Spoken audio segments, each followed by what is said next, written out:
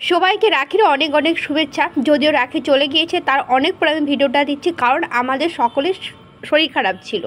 আর অন্যান্য বছরের তুলনায় এই বছর রাখি বন্ধন উৎসব ঠিকভাবে সেলিব্রেশন করতে পারিনি, কারণ আমাদের অন্যান্য বছর খুব মজা হয় এবং অনেক কিছু আয়োজন করি, কিন্তু এই বছর না ঠিক মতনভাবে কিছু বানাতে পারলাম না, কারণ আমারও শরীর খারাপ ছিল। যারা যারা আমার পরিবারের সাথে যুক্ত আছো তারা সকলেই জানো আমার 2 ছেলে, তাই প্রত্যেক বছরই এই রাখি এবং ভাইফোঁটার দিনে ওর টিউশনের ম্যাম প্রত্যেক বছরই রাখি এবং ভাইফোঁটা দিতে আসে। যখন থেকে আমার বড় ছেলে 3 বছর তখন থেকে কিন্তু ওরা রাখি পরাতে আসে এবং ভাইফোঁটাও দিতে আসে।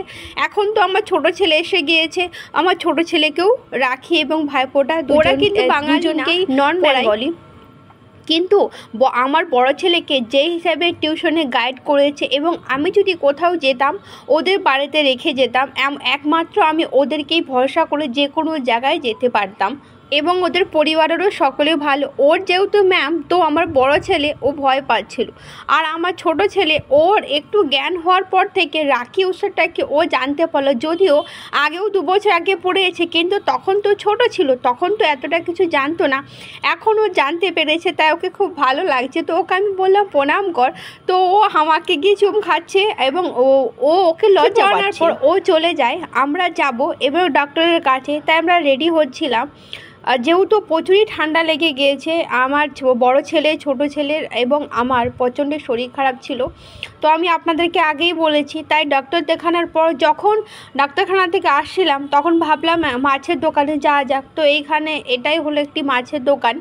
এখানে খুব সম্ভবত একটি বাজারের মতো বসে এবং অনেকই মাছ টাছ থাকে। তো আমি এসলাম, দেখলাম এখানে চিংড়ি মাছ, পমফ্রেট মাছ এবং ইলিশ মাছ, অনেক ধরনের মাছ পাওয়া যাচ্ছে। তো আমি এখান থেকে মাছগুলো দেখছিলাম আর আমাকে ভালো লাগছিল। চিংড়ি মাছগুলো একটু তাজা তাজা ছিল। এখানে খুব সম্ভবত প্রত্যেকটা মাছ তাজা পাওয়া যায়, কিন্তু চিংড়ি মাছটা কোথাও তাজা পাওয়া যায় না। তো আজকে দেখলাম যে তাজা মাছ এসেছে, তাই চিংড়ি মাছ নিচ্ছিলাম এবং চলুন আমি আপনাদেরকে দেখাচ্ছি।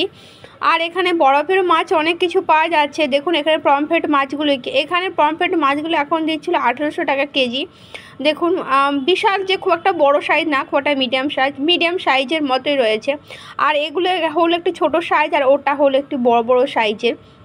বেশ ভালোই লাগছিলো। তো এখান থেকে পমফ্রেট মাছও নিয়েছিলাম। বাজারে আমি কমই আসি, তো আজকে এই ধার দিয়ে যাচ্ছিলাম, তাই ভাবলাম আপনাদেরকে মাছের বাজারটি শেয়ার করা যাক। দেখুন এখানে দেখুন কেমন বড় বড় শঙ্কর মাছ পাওয়া যাচ্ছে। এখানে শঙ্কর মাছও পাওয়া যায়, দেখুন কেটে বিক্রয় হচ্ছে। আমি তো ফার্স্ট টাইম দেখলাম, যদিও টিভিতে দেখেছি, মোবাইলও দেখেছি, কিন্তু আমি সামনে থেকে ফার্স্ট টাইম দেখলাম। এইখানের মাছ বাজারে একটা বিশেষ রয়েছে যে এখানে মাছ তুমি যদি কেনো তাহলে পরিষ্কার পরিচ্ছন্ন করে একদম কেটে ধুয়ে পরিষ্কার করে দেবে, বাস তোমাকে বেশি পরিশ্রম করতে হবে না। তো আমাকে এখানে এই জিনিসটা খুব ভালো লাগে। মাছ নেওয়া হয়ে গিয়েছে, এবারে বাড়ি যাই। আর অনেক দিন পরে এখানে রোদ বেরিয়েছে আর খুব ভালোই লাগছে।